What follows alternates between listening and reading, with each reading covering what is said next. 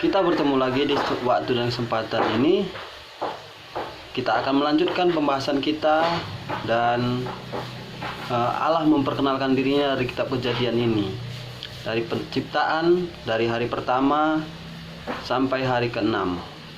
Jadi kita sudah melihat dan mendengar ada penciptaan dari hari pertama sampai hari ketiga sudah kita bahas.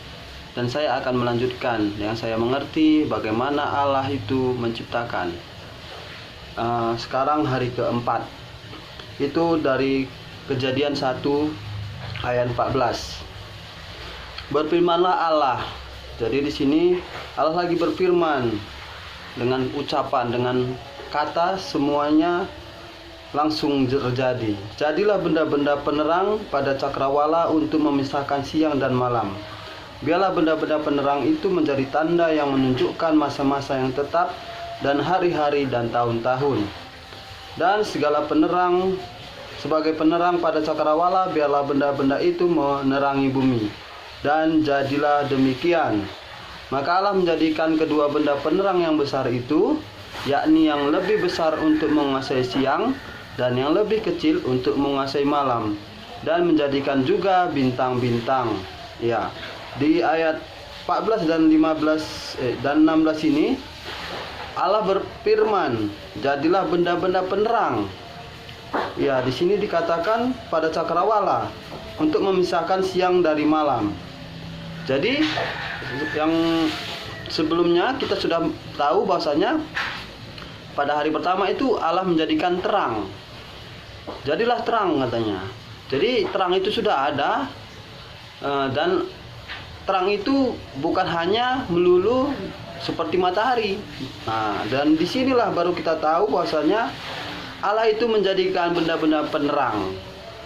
Jadi sebenarnya sudah ada terang tadi, dan ini ditambah untuk membedakan mana siang mana malam pada cakrawala itu, pada langit. Ya, di sini dibedakan untuk menunjukkan tahun-tahun dan masa-masa yang tetap pada hari-hari yang kita lalui ini. Nah, jadi itulah tujuan benda-benda penerang itu diciptakan, supaya kita tahu, oh ini udah hari gelap, oh ini udah hari siang gitu.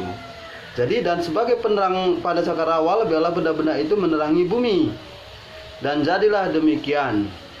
Maka Allah menjadikan kedua benda penerang yang besar itu, yakni yang lebih besar untuk menguasai siang, yang kita bisa kenal itu matahari, dan yang lebih kecil atau yang bisa kita kenal yaitu bulan, bintang gitu. Dan menjadikan juga bintang-bintang. Ya, seperti itulah benda-benda penerang yang diciptakan Allah. Jadi Allah menciptakan, jadi matahari itu adalah ciptaan, bukan Allah itu. Karena Allah itu sendiri adalah terang. Jadi matahari itu benda-benda penerang yang diciptakan Allah. Allah menaruh semuanya itu di cakrawala untuk menerangi bumi, dan untuk menguasai siang dan malam, dan untuk memisahkan terang dari gelap. Allah melihat bahwa semuanya itu baik. Ya, jadi kalau ada siang itu baik, ada malam itu baik. Ya, jadi kita lanjutkan ayat 19. Jadilah petang dan jadilah pagi, itulah hari keempat. Ya, ini penciptaan hari keempat, yaitu benda-benda penerang di cakrawala seperti matahari dan bulan, bintang-bintang dan planet-planet lain. Kita lihat lagi ayat 20, penciptaan hari kelima. Berfirmanlah Allah, hendaklah dalam air berkeriapan makhluk yang hidup, dan hendaklah burung berterbangan di atas bumi melintasi cakrawala. Jadi di sini sebelumnya kan kita sudah melihat ada daratan. Pas sebelum ada daratan itu cakrawala itu air semua. Di dalam hari pertama itu air semua memenuhi samudra raya. Setelah itu dipisahkan Allah lah air itu, dan supaya kelihatan yang darat, maka ada darat dan laut. Maka dari itu setelah ada darat, di sini diciptakan lagi tumbuh-tumbuhan, dan setelah tumbuh-tumbuhan, maka dari itu diciptakanlah berkeriapan air yang makhluk yang hidup, dan hendaklah burung berterbangan di atas bumi melintasi cakrawala. Iya, ada daratan itu diciptakan burung, makhluk yang hidup itu yang melintasi cakrawala atau langit itu. Maka Allah menciptakan binatang-binatang laut. Nah, Allah menciptakan burung, menciptakan binatang laut yang besar, ya seperti paus gitu ya di laut, dan segala jenis ikan-ikan ya kan, dan segala jenis makhluk hidup yang bergerak, yang berkeliapan dalam air, dan segala jenis burung yang bersayap. Jadi di air dan di darat disediakan Allah, diciptakan Allah. Segala burung dan segala semuanya itu yang berkeliapan dalam air dan segala jenis burung yang bersayap. Allah melihat bahwa semuanya itu baik.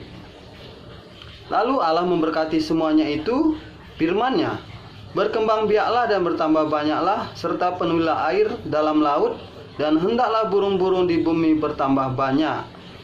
Nah ya, jadi Allah juga berfirman kepada hewan-hewan setelah dijadikannya hewan darat dan laut, dikatakannya berkembang biaklah dan bertambah banyak, penuhilah air dalam laut, dan hendaklah burung-burung di bumi bertambah banyak. Jadi ikan-ikan itu bertambah banyak, burung-burung pun bertambah banyak. Dan jadilah demikian, jadilah petang dan jadilah pagi, itulah hari kelima. Yang saya mengerti di sini hari kelima adalah penciptaan, bagaimana Allah menciptakan hewan-hewan di darat dan di laut. Kita lanjutkan. Berfirmanlah Allah, hendaklah bumi mengeluarkan segala jenis makhluk yang hidup, ternak dan binatang melata dan segala jenis binatang liar. Dan jadilah demikian.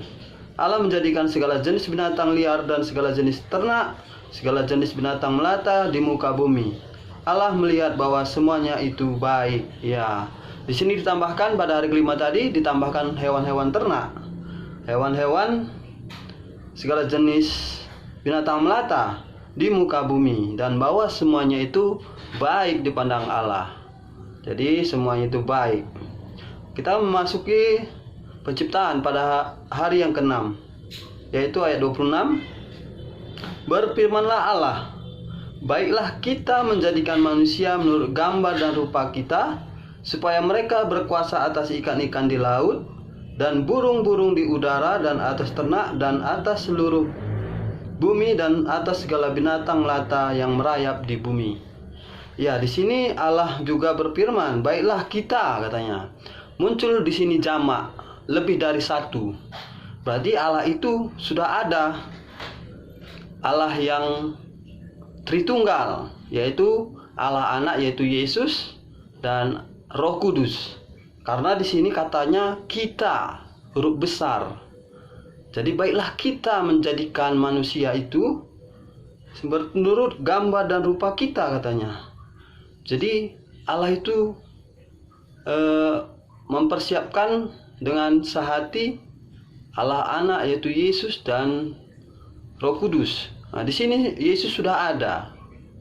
Ya, yang kita belum kenal karena dia belum menjadi manusia pada saat itu, menjadi berinkarnasi istilahnya.